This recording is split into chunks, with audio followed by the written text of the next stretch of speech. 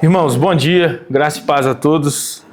Hoje nós vamos continuar os nossos estudos aqui no Café com Teologia acerca da doutrina da revelação ou doutrina das Escrituras. E hoje nós vamos ter uma aula de cunho mais apologético, de defesa da fé. E o tema é o que as seitas e falsas religiões dizem sobre as Escrituras. Obviamente, isso será apenas uma introdução, ou nós vamos tratar aqui de parâmetros para que a gente possa responder algumas das principais seitas ou falsas religiões que existem no mundo. Nós não poderemos tratar disso de forma extensiva, porque não temos tempo para isso, mas vamos tratar de alguns pontos que eu julguei serem importantes. Então eu queria que os irmãos abrissem comigo a palavra de Deus, lá em 1 Pedro, no capítulo 3, no versículo de número 15.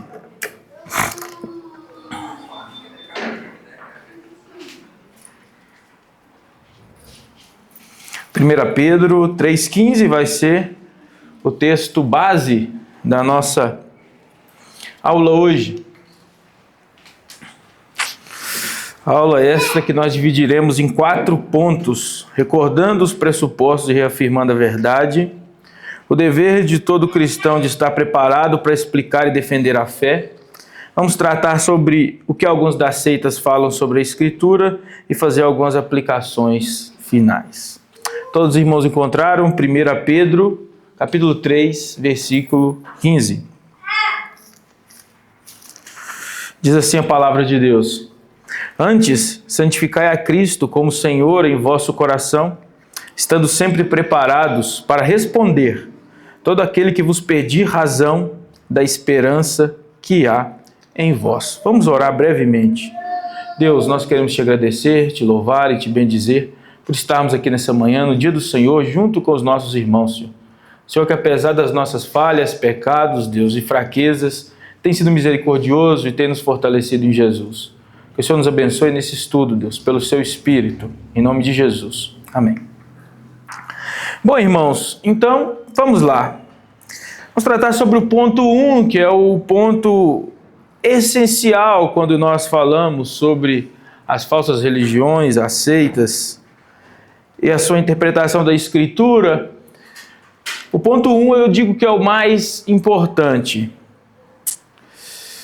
O mais importante não é de fato compreender as seitas, a sua natureza, as suas filosofias, as suas doutrinas, mas o mais importante de tudo é ter no coração bem firmada a palavra de Deus e as suas verdades. É por isso que no ponto 1 eu quero tratar e recordar aos irmãos sobre alguns dos pressupostos e verdades que nós tratamos até aqui. Antes de qualquer pessoa pensar em defender a fé, ela precisa ter muito firme no seu coração a doutrina cristã. Ela precisa ter muito firme no seu coração as verdades da palavra de Deus.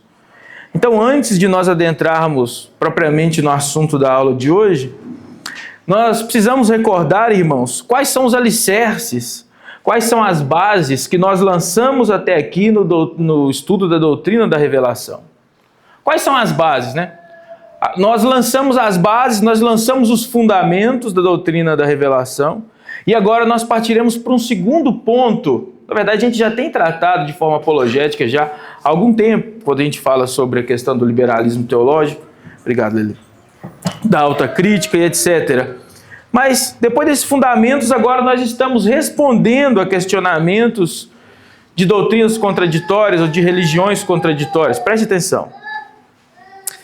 A apologética, irmãos, que é a defesa da fé, que é o que nós faremos aqui nessa manhã, ela não é feita em um vácuo.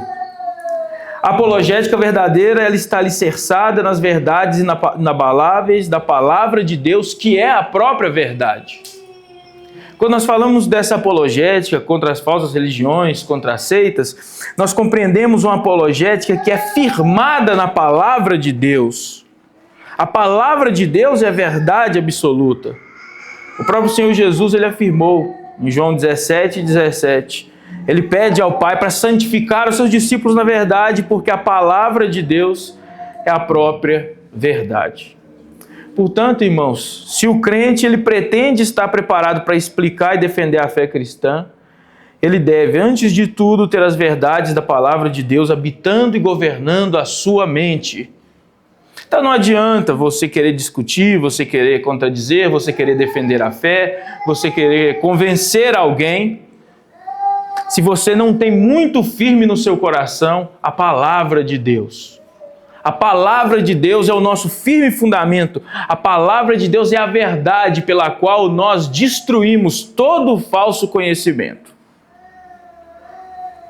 Para nós estarmos aptos para o combate da fé com relação à doutrina das Escrituras, que é a matéria da nossa fé e é tão atacada nos dias de hoje, é necessário, irmãos, que a gente tenha pelo menos um razoável domínio sobre o fato de que Deus se revelou de maneira geral aos homens, como nós estudamos aqui na natureza.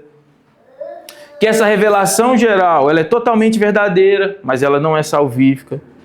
E que o homem, por causa da malignidade do pecado, tende sempre a sufocar e corromper as verdades dessa mesma revelação. Então vocês precisam ter aprendido isso. Vocês precisam ter aprendido isso. Essa aula, que foi uma das primeiras, vai responder muitos questionamentos sobre a revelação de Deus, sobre a própria doutrina do pecado, sobre a corrupção dessa revelação. Nós precisamos compreender também, nós prosseguimos, acerca da revelação especial que Deus fez ao seu povo, que o Senhor se revelou de maneira salvífica. Ele fez isso através de muitas maneiras, de muitas formas, sempre com o intuito de, na plenitude dos tempos, enviar o seu Filho Jesus salvadoramente ao mundo. E que essa revelação que Deus fez progressivamente, de forma salvífica, ela foi nos últimos tempos registrada de forma fiel apenas nas Escrituras. Apenas as Escrituras têm, de fato, o relato e o retrato fiel das doutrinas que nós precisamos crer. Essa é o que nós chamamos de revelação especial. É importante também nós termos firme no nosso coração, irmãos, a doutrina da inspiração das Escrituras, que afirma que a palavra de Deus não foi produto da vontade humana, mas sim do sopro inspirador de Deus. Para que você defenda a palavra de Deus, você precisa de entender isso. Para que você possa conversar sobre isso, para que você possa dialogar sobre isso, você precisa entender o conceito de inspiração, o que é inspiração. Nós precisamos entender que dessa inspiração procedem os outros atributos da Escritura, a infalibilidade, a Escritura não pode falhar, a inerrância, a Escritura não pode errar, a suficiência, a Escritura é suficiente e perfeita em toda a matéria de fé e salvação, a clareza, a Escritura é clara em seus pontos salvíficos, a todos os homens minimamente alfabetizados, a primazia da Escritura, a Escritura como regra de fé, a Escritura tendo primazia sobre documentos, credos, confissões da igreja, opiniões particulares. Tudo isso, irmãos, que nós estamos tratando aqui até agora, tem que estar bem firme nas nossas mentes. Bem firme. E por isso é importante a presença dos irmãos no Café com Teologia. A teologia sistemática, ela é um quebra-cabeças que vai se completando até que tudo fique mais claro. Quando você não tem clareza, por exemplo, sobre a doutrina da inspiração, você não pode ter clareza sobre a doutrina da infalibilidade das Escrituras. Você não pode ter clareza sobre a doutrina da inerrância das Escrituras. Porque são doutrinas codependentes.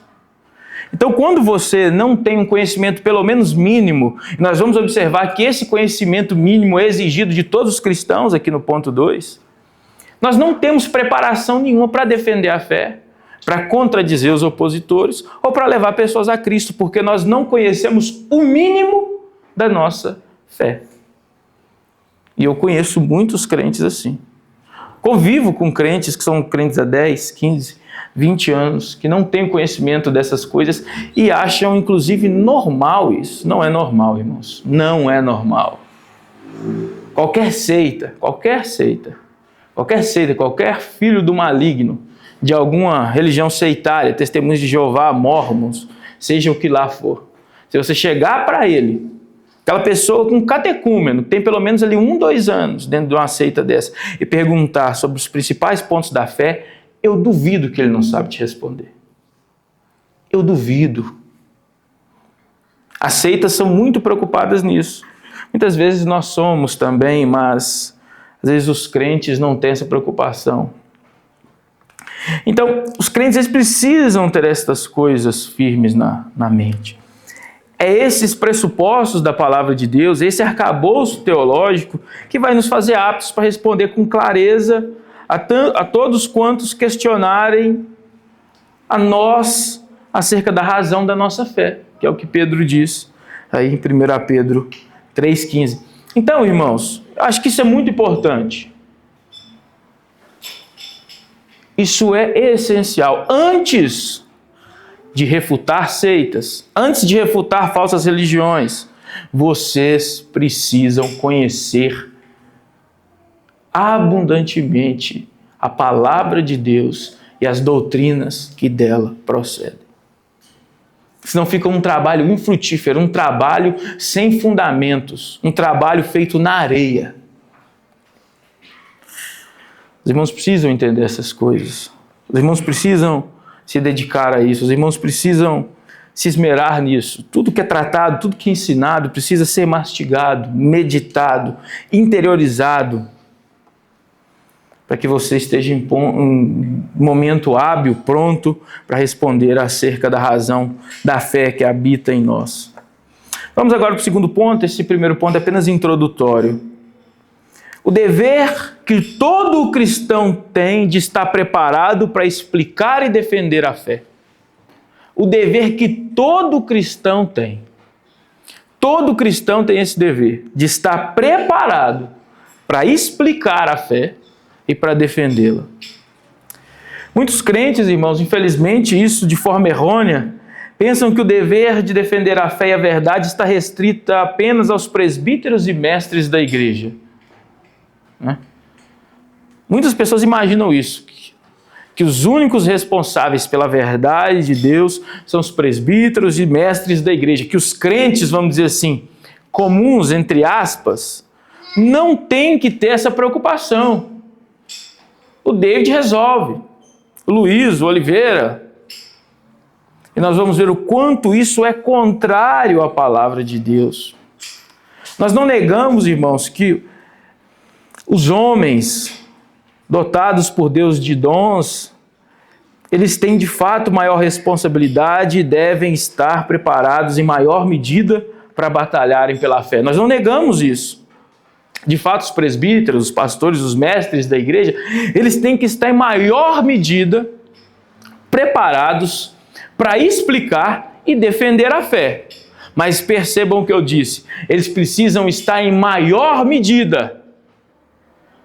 Eles precisam ter mais clareza, eles precisam ter mais profundidade. Mas não quer dizer que um crente não precise ter pelo menos um nível razoável de clareza e ter pelo menos um nível razoável de capacidade de explicar a fé. A Escritura, irmãos, é absolutamente clara em afirmar que todos os crentes, sem exceção, devem sempre estar prontos e preparados para explicar com a devida clareza todos os principais pontos da fé, todos os crentes. Agora vamos voltar para o texto, você está com aquele texto ainda aberto? 1 Pedro 3,15. Abre aí.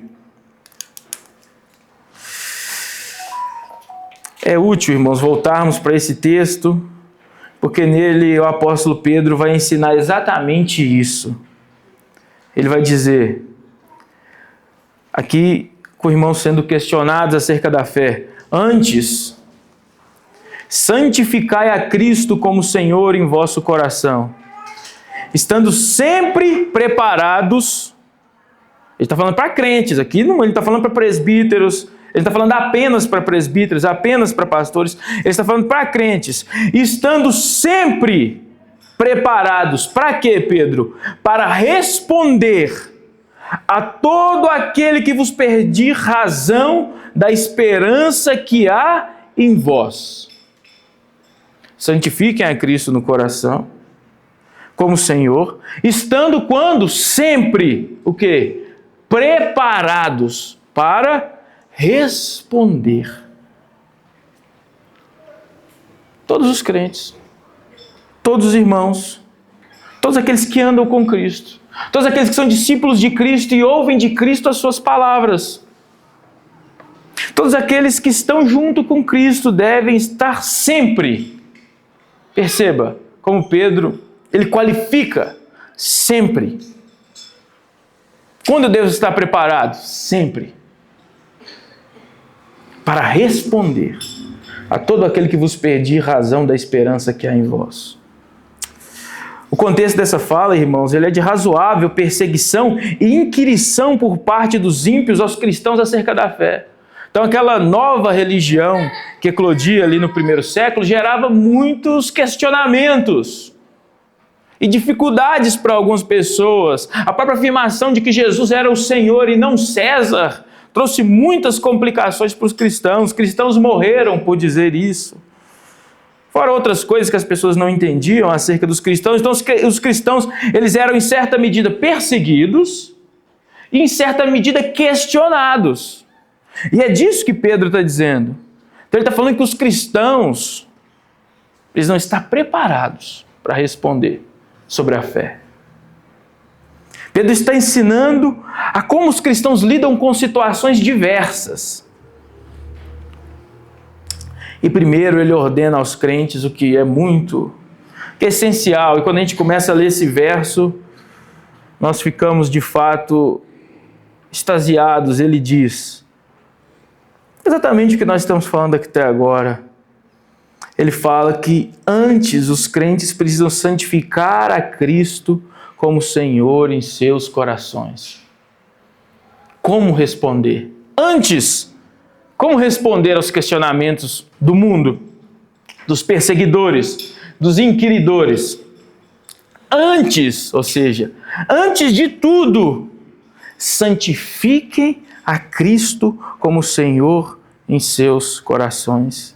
Isso é, antes de responderem aos seus inquiridores, os cristãos precisavam estar bem certos da sua fé em Cristo e no que eles criam. É isso que Pedro está dizendo. Que é o que foi dito também lá no ponto 1. Antes, santifiquem a Cristo no coração de vocês. É por isso que nós começamos a aula de hoje, irmãos, reafirmando as verdades da palavra de Deus. Mais uma vez eu vou afirmar para os irmãos. Sem santificarmos a Cristo e o Evangelho em nossos corações, é impossível estarmos preparados para explicar a razão da nossa fé. Pedro, nós estamos sendo inquiridos, perseguidos, as pessoas estão nos perguntando o que é isso. Responda, mas antes, santifique a Cristo no coração de vocês como Senhor. Faça com que Cristo domine os pensamentos, os sentimentos, os pressupostos. Faz com que Cristo seja o governante, o rei de tudo que habita dentro de vocês, meus irmãos. E depois que Cristo for isso, estejam preparados para sempre responder. Cristo é a base, é o sustentáculo da nossa apologética, da nossa defesa da fé. Se o crente não o conhece, não pode defendê-lo. É muito simples. Se o crente não conhece Jesus, não pode defendê-lo dos ataques do mundo. Não pode defender a fé. E o pior, tem uma coisa que é pior. O crente, quando ele não está preparado, ele só não consegue responder, como também ele fica sujeito ao quê? Às falsas filosofias, ideologias e heresias do nosso tempo.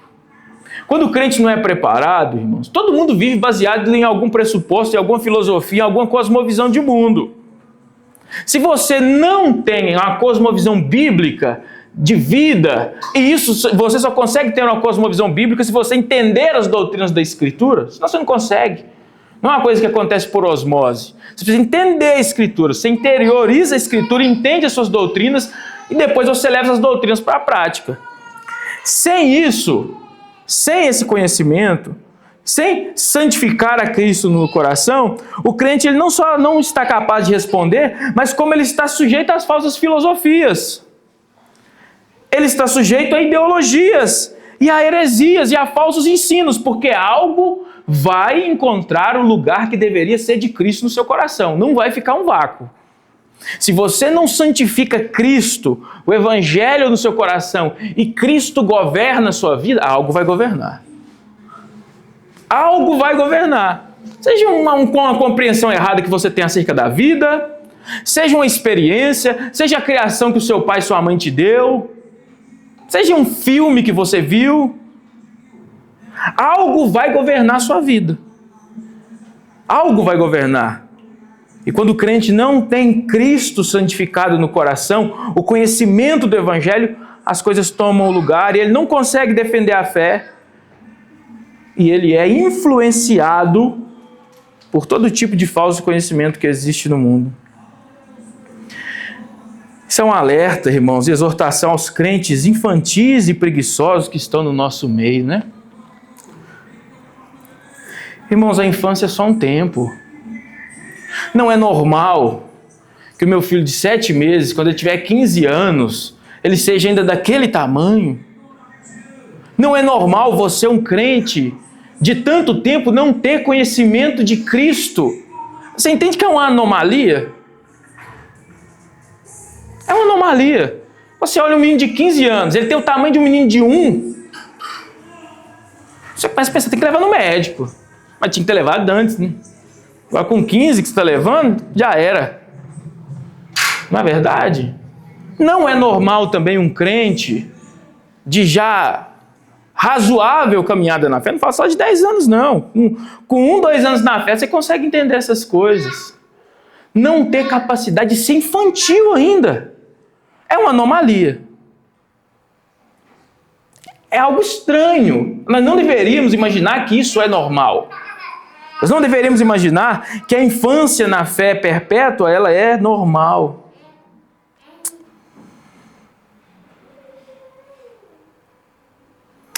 Crente preguiçoso, né? Não se importa muito com a Escritura, não se importa muito com a doutrina, não se importa muito com o que a palavra de Deus diz, só quer vir na igreja no automático. Vocês precisam santificar a Cristo em seus corações e sem o conhecimento verdadeiro e robusto da sua palavra, isso é impossível. Como santificar a Cristo no coração sem o conhecimento do Evangelho? Como santificar Cristo no coração como Senhor se eu não sei o que significa Cristo ser o meu Senhor? Se eu não entendo as implicações do senhorio de Cristo na minha vida? Se eu não conheço a obra de Jesus Cristo? Você não consegue santificar no coração aquilo que você não entende, aquilo que você não medita. É isso, irmãos. Após nós santificarmos a Cristo no nosso coração, Pedro nos diz que nós devemos estar sempre preparados. Sempre preparados. Santifique a Cristo no coração, depois esteja sempre preparado para responder todo aquele que vos pedir razão da esperança que há em vós. Quando nós devemos estar preparados, irmãos? Sempre, em todo o tempo. O cristão deve andar preparado. A gente anda no mundo aqui como se festejando e tal. Eu não sou contra a festa não, irmão. Pelo contrário, até gosto de ver uma festa lá na sua casa, churrasco, você pode até me chamar para ir. Mas assim, vivemos de forma despretensiosa no mundo e não entendemos que estamos em um mundo caído. E que o mundo odeia a Cristo e Jesus diz que também nos odiará. O mundo odiou a mim, vai odiar também a vós. E a gente não tem as ferramentas ideais para em todo o tempo estarmos preparados. Nos momentos de tentação, como Jesus no deserto. Onde há fraqueza, onde há sol escaldante, onde há fome. E as propostas do mundo do maligno vêm, nós não temos a palavra de Deus no nosso coração para vencê-lo, nós sucumbimos. As ideologias que são demonstradas na televisão, nos livros, nas faculdades. O crente deve estar preparado em todo o tempo. Como nós já dissemos, isso não é uma ordem apenas aos líderes da igreja, mas uma exortação a todos os crentes sem exceção, a estarem em todo o tempo preparados para sempre que necessário responder acerca da razão da esperança que há em vós.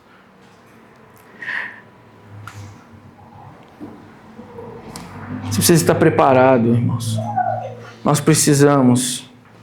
Os crentes podem nesse mundo glorificar a Deus de duas formas. A primeira forma é vivendo uma vida santa que reflita o caráter de Cristo e do Evangelho. Essa é a primeira coisa que as pessoas notarão nas nossas vidas. Se de fato há santidade, se de fato há o caráter, a bondade, a humildade, a mansidão, as boas obras, o amor de Cristo.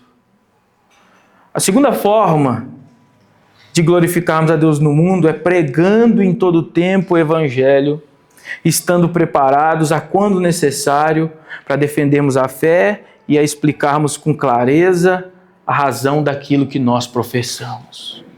O crente precisa andar com essas duas espadas na mão. Em uma, ele vive semelhante a Cristo.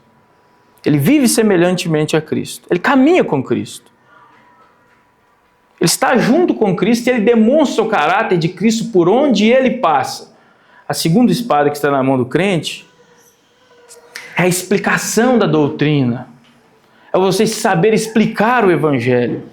É ter a devida capacidade de explicar para as pessoas o fundamento da fé, não só para defender a fé, não só para explicar num sentido apologético, mas eu creio que acima de tudo explicar num sentido evangelístico.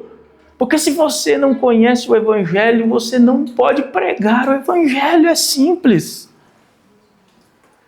Você não só não consegue explicar a razão da sua fé, como você não consegue o quê? Conduzir outras pessoas à fé.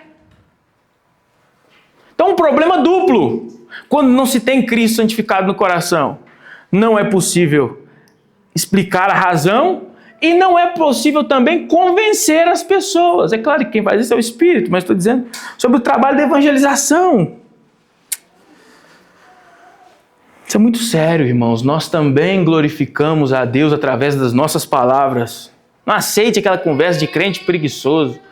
Eu prego o Evangelho através das minhas obras. Sim, de fato, as nossas obras demonstram os frutos do Evangelho, mas o Evangelho é pregado com os lábios. O Evangelho é uma doutrina que precisa ser ensinada e vivida, obviamente. Tenha uma vida santa que se parece com Cristo, porque Cristo é santificado no seu coração. Mas esteja preparado para explicar, para responder, para contradizer aqueles que estão contra a palavra de Deus e para, acima de tudo, levar pessoas a Cristo. Sem isso, irmão, sem essas coisas, nós não precisamos falar de apologética. Sem Cristo, sem santificação no coração, sem entendermos a palavra de Deus, as suas doutrinas, não vale a pena. Não vale a pena tratarmos sobre o que outras religiões ou seitas falam sobre a Escritura ou sobre o cristianismo. É infrutífero. É infrutífero. Não serve para nada. Mas que o Senhor nos ajude. Que o Senhor nos ajude a recordarmos tudo isso, a termos essas coisas firmes no nosso coração, na nossa mente, a santificarmos ao Senhor. E depois disso, estarmos sempre preparados. Eu quero que você guarde isso na sua mente. O seu Senhor, que te comprou com o sangue dele precioso, te ordena a estar preparado. Os pastores dessa igreja não têm nem autoridade para ordenar nada necessariamente. Apenas aquilo que está na palavra de Deus. É Cristo que nos ordena. Estejam preparados. Se você não está preparado, ou se você pelo menos não está se preparando, você não está sendo um bom discípulo para o seu Senhor. Vamos lá agora para o terceiro ponto, que é o que de fato algumas das maiores religiões e seitas falam sobre a Bíblia e o cristianismo. Nós vamos tentar fazer alguns contrapontos. É claro que isso é um mundo muito grande, como eu já disse, nós não conseguiremos falar disso profundamente. Mas eu separei aqui 3, vamos dizer, grandes religiões do mundo para abordarmos o que eles dizem sobre a Escritura e fazer alguns contrapontos, que é o catolicismo romano, o judaísmo e o islamismo, e através desses contrapontos nós vamos criar aqui uma espécie de teste para reconhecermos todas as outras seitas, falsas religiões e heresias e conseguirmos superá-las, não só meramente com argumentos filosóficos, mas acima de tudo com a palavra de Deus. Então, o que algumas das maiores falsas religiões e seitas falam sobre a Bíblia e o cristianismo? Por exemplo, qual é a grande diferença entre a concepção que nós, protestantes, temos com relação às Escrituras e o catolicismo romano tem acerca das Escrituras? Já até tratamos sobre isso aqui, mas você consegue responder isso? Você tem pelo menos um conhecimento básico sobre isso? Quando a compreensão, irmãos, que os romanos têm acerca da doutrina das Escrituras, cabe-se ressaltar que, apesar dos mesmos aceitarem a Bíblia como inspirada e autoritativa, eles aceitam isso. Para os católicos romanos, a Bíblia é inspirada e autoritativa. Isso eles defendem. Eles ensinam isso, mas na contramão do ensino reformado, eles não creem que a Bíblia possui primazia e proeminência absoluta quanto à matéria de fé e prática. Então aqui é o ponto de discordância nevrálgico da coisa. Eles acreditam que a Bíblia é inspirada e é autoritativa, mas não é a autoridade suprema. Entende? Eles creem que a Escritura é inspirada, é autoritativa, mas não creem como nós que a Escritura tem primazia, proeminência e é uma autoridade absoluta quanto à matéria de fé e prática. Eles sustentam que a tradição e o magistério, juntamente com a Escritura, formam um tripé de autoridade com relação à fé e à prática dos seus fiéis. Nós já falamos sobre isso aqui também.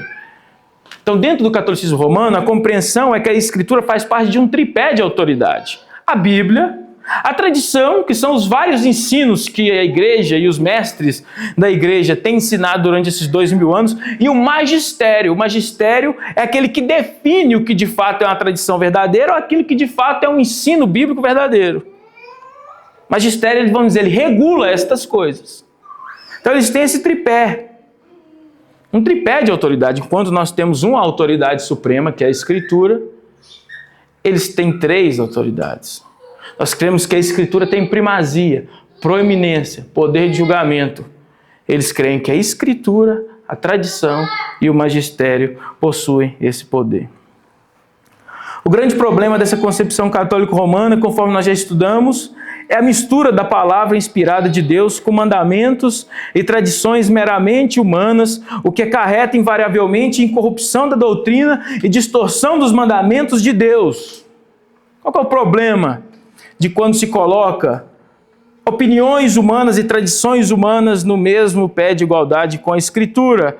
A clara distorção dos mandamentos de Deus, a corrupção da palavra de Deus, porque somente, nós estudamos isso também, somente a Escritura possui o atributo da inspiração.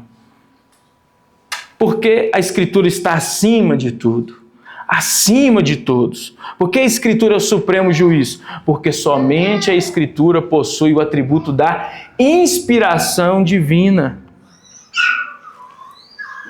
E por mais que os católicos eles digam que a Bíblia tem a mesma autoridade que a tradição e o magistério, é especialmente o magistério, ou seja, aquele corpo de homens revestidos de autoridade na igreja, que acaba por governar e reger sobre a Escritura. Chegando ao ponto até mesmo de estabelecer novas doutrinas que claramente contradizem a palavra de Deus, como, por exemplo, o purgatório e os dogmas marianos, por exemplo. Então, eles vão dizer que a Escritura possui a mesma autoridade, mas no final das contas, são os homens que julgam as Escrituras. E não as Escrituras que julgam os homens, é o magistério que define se a Bíblia é de fato aquilo, a palavra de Deus autoritativa ou não. E eles fazem isso através, inclusive, da inserção de novas doutrinas com relação à fé. Então, quando o catolicismo romano, esse é o primeiro ponto. Eles creem numa tríplice autoridade. Nós cremos na autoridade suprema da palavra de Deus. O problema de se crer nessa tríplice autoridade é a mistura da palavra de Deus com mandamentos e tradições humanas. Nós não somos necessariamente contra tradições humanas, já dissemos isso aqui, mas jamais as colocaremos em pé de igualdade com a palavra de Deus. O segundo ponto que eu quero tratar com os irmãos aqui é sobre o judaísmo. O que o judaísmo ele diz sobre a palavra de Deus? O que o judaísmo ensina sobre as Escrituras? Qual é a compreensão dos judeus acerca da palavra de Deus? O judaísmo, irmãos, por possuir as mesmas raízes do cristianismo, ele tende a receber o Antigo Testamento como palavra inspirada e autoritativa da parte de Deus, com grande ênfase sobre a Torá, o Pentateuco, os primeiros 5 livros da Bíblia.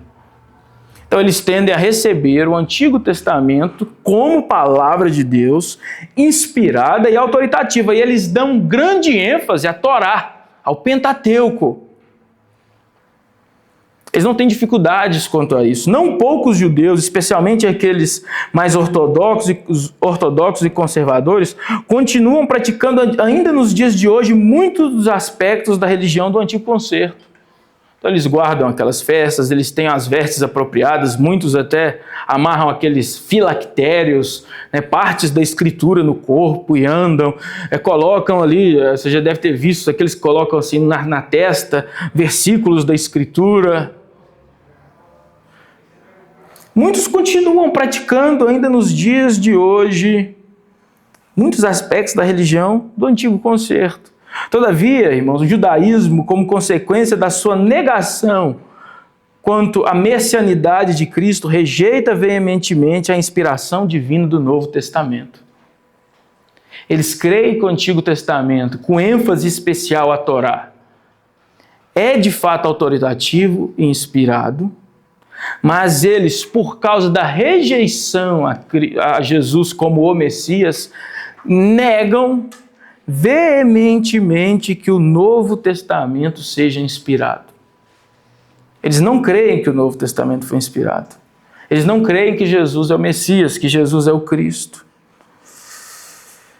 E eu acho que uma forma importante de respondermos, por exemplo, se um dia encontrarmos um judeu que diz isso, é nós demonstrarmos o quanto a própria antiga aliança, o Antigo Testamento, fala sobre as suas limitações e revela a expectativa de uma aliança superior que haveria de vir. Você sabia que o próprio Antigo Testamento fala sobre as limitações daquela aliança e que haveria uma aliança superior àquela?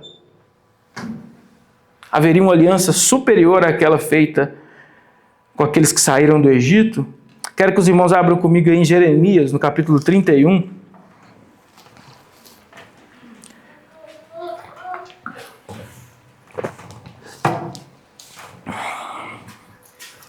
Nós vamos ler aí dos versículos 31 até o 34.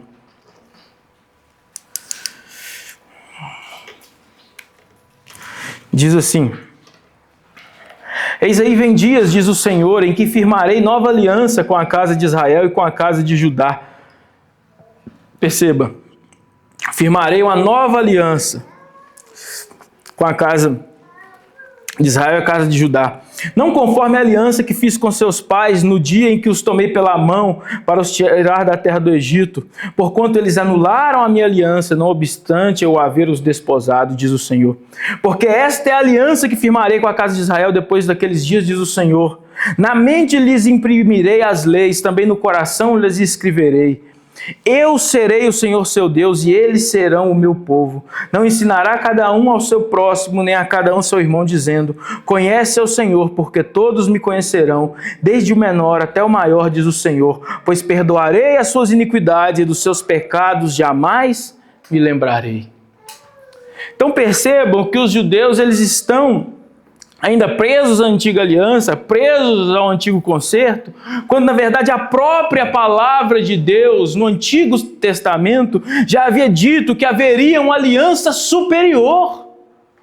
Uma aliança em que Deus escreveria os seus mandamentos não só nas tábuas da lei, mas que escreveria os seus mandamentos no coração dos crentes, no coração dos cristãos. Que o Senhor ensinaria a cada um pelo seu Espírito. Então, os judeus, irmãos, como o apóstolo Paulo fala, eles têm como uma espécie de um véu colocado sobre o seu rosto inteiro que os impede de enxergar as belezas da nova aliança, de Cristo, do Evangelho. Nós precisamos compreender que o próprio Antigo Testamento falava sobre algo perfeito que viria, algo excelente que viria, algo completo. Portanto, os judeus eles estão equivocados quando obstinadamente eles rejeitam a Cristo e permanecem sobre a maldição da lei presente na antiga aliança, tentando agradar a Deus por meio não da fé em Cristo, mas por meio das obras. Nós sabemos que Jesus é o Messias e que suas palavras são palavras do próprio Deus encarnado, pela própria Escritura, que em todas as suas partes testifica de nosso Senhor e de sua obra. Nós temos, por exemplo, o proto-evangelho, Gênesis 3,15, quando ali, já no começo da história da redenção, há uma profecia de restauração, em que o descendente da mulher pisaria a cabeça da serpente. Isso nós chamamos de proto-evangelho. Nós temos as tipificações no Antigo Testamento, nós temos aquelas cristofanias, a aparição do anjo do Senhor como sendo o próprio Deus, recebendo adoração. Nós temos as tipificações nos profetas como tipos de Cristo. Nós temos o sistema sacrificial que apontava para o sacrifício pleno de Jesus. Nós temos o papel do sacerdote que intercedia pelo povo e Cristo é o nosso sacerdote perfeito que intercede por nós. Nós temos diversas profecias messiânicas, salmos messiânicos que falam sobre o Cristo que viria. Para além disso, irmãos, o Pai, por meio do seu Espírito Santo, assim como fez com Pedro, tem aberto os nossos corações e testificado às nossas almas que Jesus de fato é o Cristo, o Filho do Deus vivo. Testemunho interno do Espírito de que Jesus é o Cristo, o Filho do Deus vivo, aliado às verdades da palavra de Deus, que são inabaláveis, é o que nos mantém firmes na verdade de que Jesus de Nazaré é de fato o Messias prometido por Deus.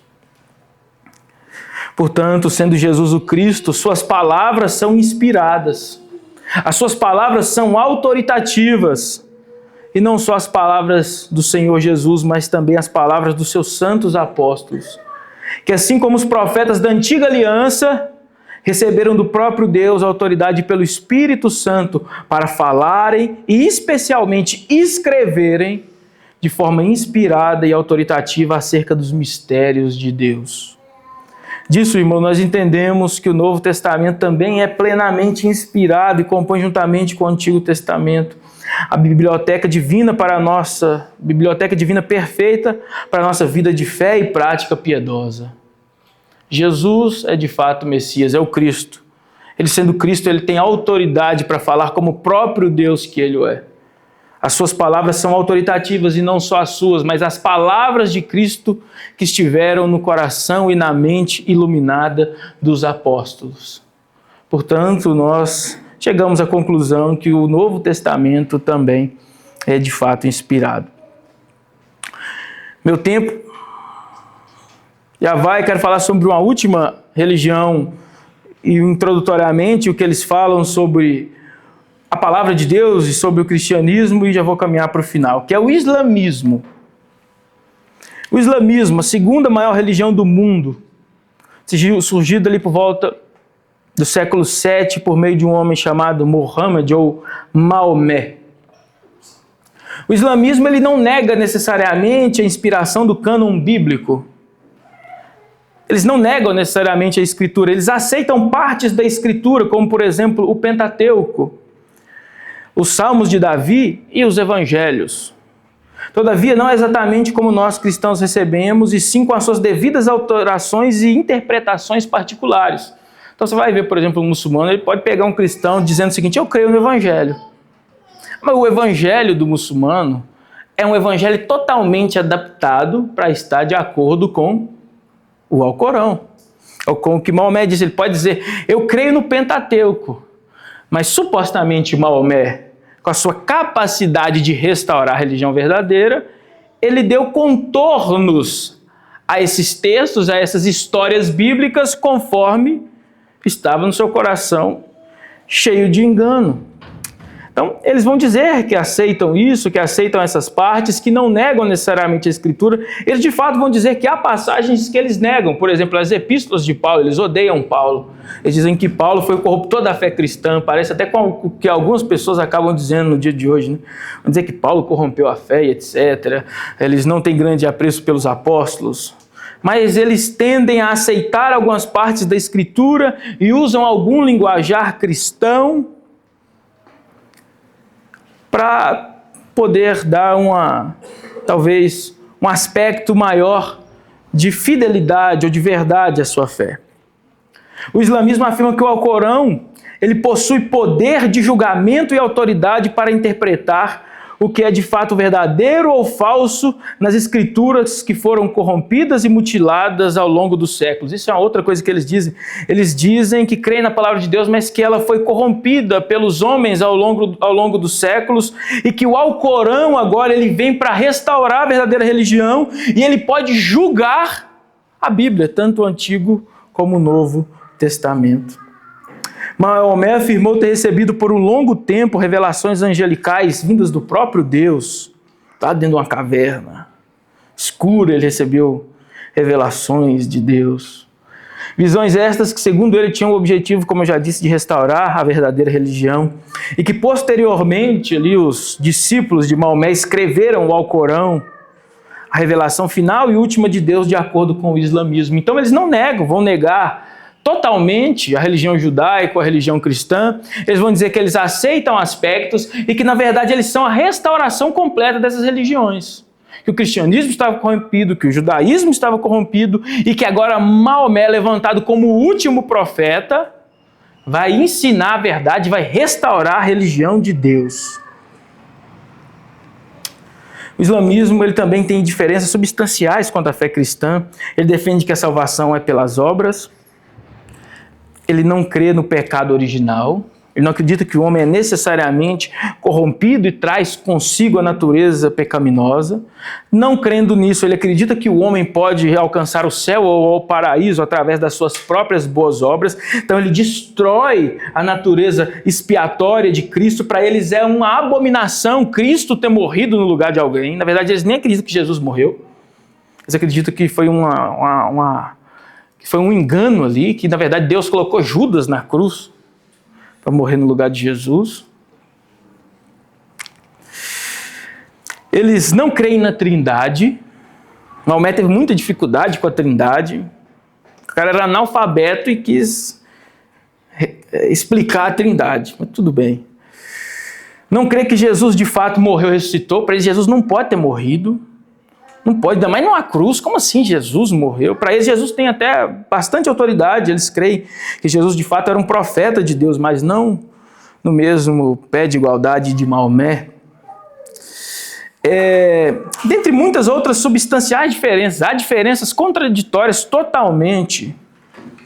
Além das claras e flagrantes contradições morais e históricas de Maomé. Maomé foi um homem repleto de diversas esposas, um homem que se envolveu até com pedofilia, né? E ele é um homem com bastante contradições históricas e morais. Digo históricas no sentido de que ele reescreveu, ou pelo menos ditou certas partes da Escritura. Por exemplo, falam sobre Abraão, mas uma história própria de Abraão. Então, como é que Maomé, depois de tantos anos de Abraão, depois de 5, 6 mil anos de Abraão, ele escreveu a história verdadeira de Abraão? É claro, eles vão dizer que foi o anjo, né, que foi lá e falou para ele como é que é a história verdadeira de Abraão, como é que é a história verdadeira de Davi.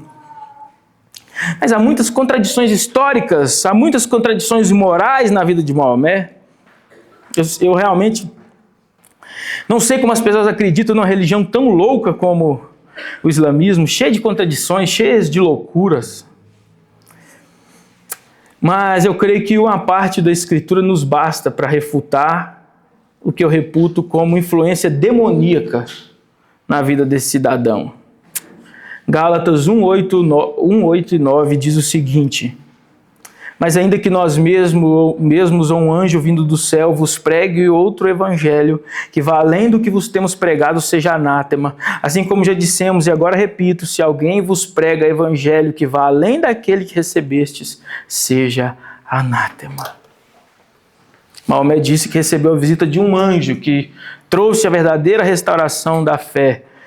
O apóstolo Paulo nos diz, ainda que nós mesmos, os apóstolos, ou um anjo, vos pregue outro evangelho que seja amaldiçoado por vocês, que seja tido como debaixo da ira de Deus. Nos falta tempo, irmãos, para a gente abordar mais amplamente outras seitas e religiões presentes nos nossos dias. Poderíamos falar sobre o mormonismo, as suas diversas também autoridades. Nós poderíamos falar sobre os testemunhos de Jeová com os seus decréscimos à palavra de Deus e as suas interpretações particulares. Nós poderíamos falar sobre os tipos de espiritismo que eles entendem sobre a Escritura, ou sobre as próprias religiões afro no Brasil, que também dizem crer em partes da Escritura, que adaptam personagens bíblicos às suas práticas. Nós não temos tempo para isso, mas é importante que a gente entenda o seguinte: todo grupo religioso que negue parte das Escrituras, como por exemplo os judeus, corrompa as suas palavras, como os muçulmanos, ou muitas das vezes os próprios romanos, que corrompem o sentido verdadeiro da Escritura, que aumente ou diminua o seu conteúdo, mesmo que em nome de Deus, deve ser abertamente condenado e tido como falso e maligno. Acima de tudo, não é necessário que você tenha o conhecimento exato sobre o que essas religiões dizem. Você precisa ter o conhecimento para detectar onde está uma seita, uma falsa religião, uma falsa doutrina. Isso é necessário. O que eles realmente dizem, se você quer se especializar nisso, quer estudar mais, ótimo.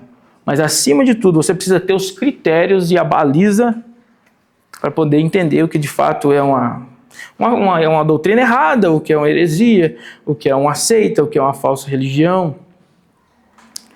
A lei do Senhor, irmãos, ela é perfeita e restaura a alma, como diz lá no livro dos Salmos, no capítulo 119, no versículo 7. Caminhando para o final, eu quero fazer só 2 aplicações com os irmãos. Irmãos, nós temos de fato santificado a Cristo em nossos corações. Eu já estou caminhando para o fim, mas eu quero que você pense mais uma vez sobre isso. Tem santificado Cristo no seu coração? Cristo é que tem governado os seus pensamentos? Cristo é que tem governado as suas atitudes? O Evangelho tem moldado a sua vida? Nós temos meditado na lei do Senhor e pensado durante esses dias em todos os gloriosos atributos da palavra de Deus? Você é pego durante a semana pensando no quanto é glorioso que a palavra de Deus seja inspirada? Passa pela sua cabeça essa meditação: meu Deus, como o Senhor inspirou a sua palavra.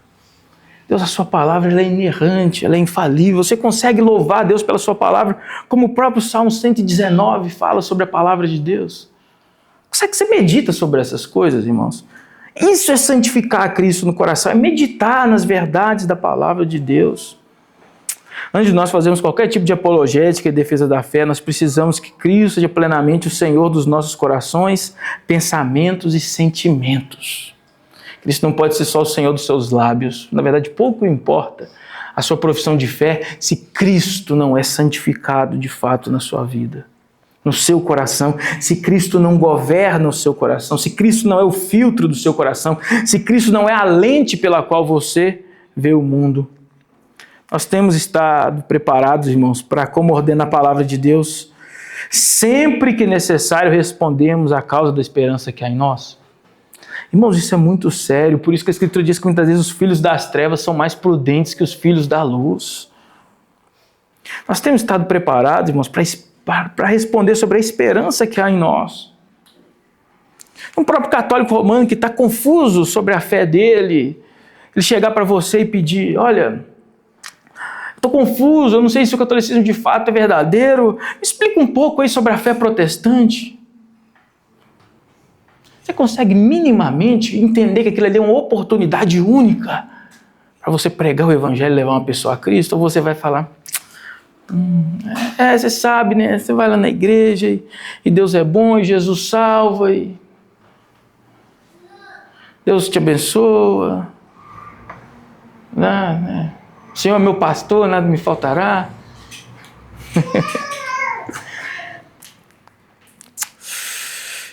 A palavra de Deus tem que habitar em nós, irmãos, a ponto de nós podermos, como a palavra fala, né? Habite ricamente em vós a palavra de Cristo, para que a gente possa explicar os pontos cardeais da fé. O que são os pontos cardeais? São os pontos que são o coração da fé, que você não consegue viver sem. Se um crente não consegue verbalizar minimamente o Evangelho, o seu verdadeiro sentido, ele não pode glorificar a Deus com as suas palavras, ele não pode defender a fé, e ele não pode conduzir outras pessoas ao caminho do Evangelho. Sem a devida preparação, irmãos, nós seremos envergonhados e envergonharemos a Cristo. Esse é o último ponto. se você não está pronto para responder acerca da esperança que há em você, que há em mim, que há em nós, nós seremos envergonhados. Envergonharemos o nome de Cristo, porque dizemos que seguimos a um Senhor que nós não conhecemos as suas palavras.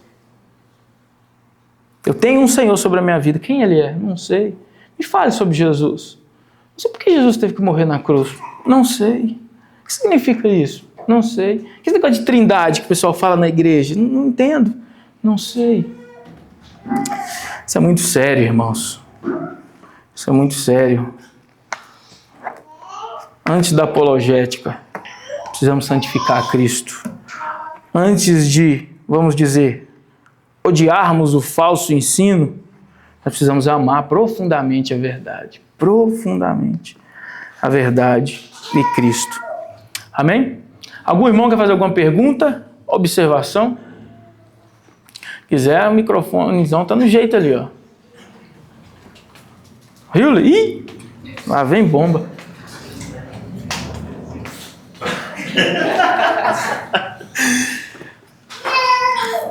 Ô Rômulo,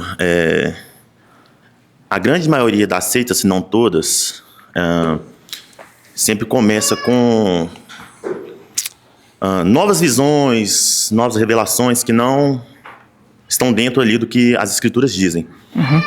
E a gente entende que no decorrer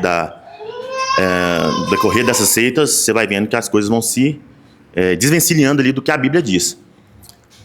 E como lidar com cristãos e igrejas cristãs que hoje ainda acreditam em novas revelações e que ainda assim é bem perceptível que essas revelações também não estão dentro do que a Bíblia diz.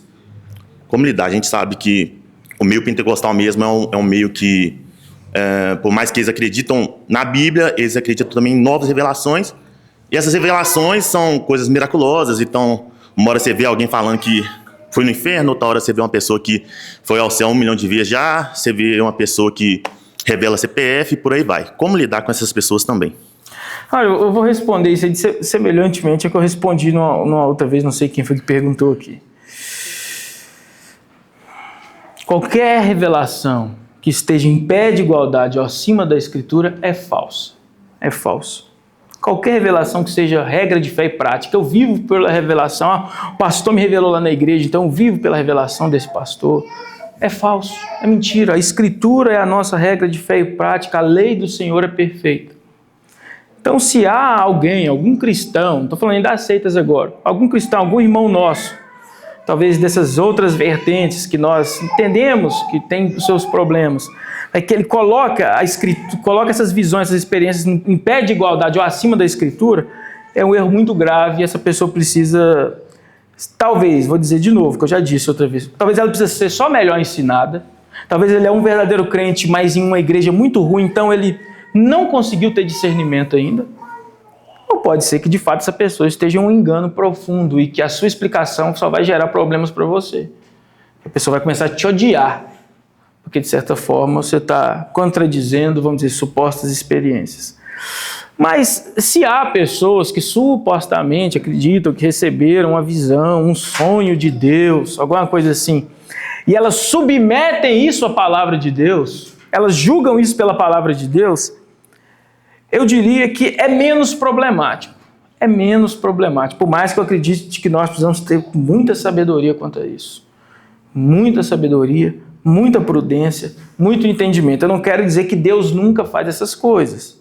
Nunca pode dar para a pessoa uma visão, um sonho. Eu acredito que Ele pode fazer extraordinariamente se Ele assim o quiser. Mas nunca contrariamente à sua palavra. Então a pessoa precisa julgar tudo isso pela palavra de Deus. E acima de tudo, nós precisamos viver pelo que a Escritura diz. Que o Espírito Santo ilumine o nosso coração para entendermos o que a palavra de Deus diz. Então eu creio que se a pessoa coloca em pé de igualdade ou acima da Escritura ou faz a sua regra de fé, eu acho muito complicado e talvez esteja caminhando para entrar no nível realmente de seita ou de falsa religião. Mas se a pessoa consegue julgar isso pela Escritura, talvez haja menos problemas, mas mesmo assim é preciso muita sabedoria. A pessoa até para julgar isso, a pessoa precisa de conhecimento, né? Como é que você vai fazer um julgamento sem conhecimento? Então, é justamente os indoutos que essas coisas pegam, as pessoas mais simples. Então, acho que a gente tem que lidar, acima de tudo, com amor, explicando, ensinando. Tem pessoas que vêm, de fato, nos perguntar com bom coração. Cara, eu não entendo. Me explica. Olha a oportunidade que você tem para explicar a verdade. E depois, há, de fato, pessoas que não querem saber da verdade. Eles querem viver no engano, obstinadamente. Eu conheço pelo menos 1 milhão, assim. Então, acho que a gente precisa discernir quem é quem e tal. E ter sabedoria. Ter sabedoria. Mais alguém, irmãos? Se não, vamos finalizar então a aula dessa manhã. Vamos ter aqui uma pequena pausa. Daqui a pouco a gente vai começar o culto de ceia. Vamos orar mais uma vez. Senhor, nós te agradecemos, te louvamos e te bendizemos por estarmos aqui essa noite. Nós te pedimos, Deus, dessa manhã, nós te pedimos, Senhor, que tu nos abençoe e nos fortaleça agora nesse culto de ceia, Deus, que nós começaremos logo após esse Café com Teologia. Que as suas verdades, Deus, a sua palavra esteja no nosso coração e que Cristo seja santificado, Senhor. Nós não queremos ser guiados pela nossa própria mente, mas nós queremos ser guiados por Cristo e pela sua verdade. Em nome de Jesus. Amém.